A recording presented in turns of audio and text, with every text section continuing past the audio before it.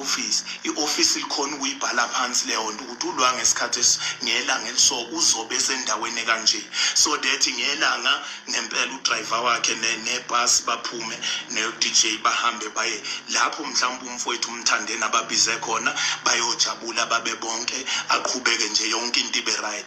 But now mina as uBig Zulu ngisuke ngingazilutho, ngisuke ngatshelwanga lutho.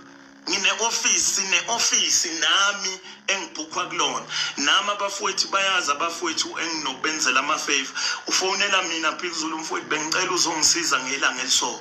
First thing engiyenzayo ngiyafona e-office ngisho ngithi bafowethu kunomfowethu ongicela ukuthi ngizomsiza ngelanga eliso, ngicela nikwazi lokho, nikubeke nje kule date le.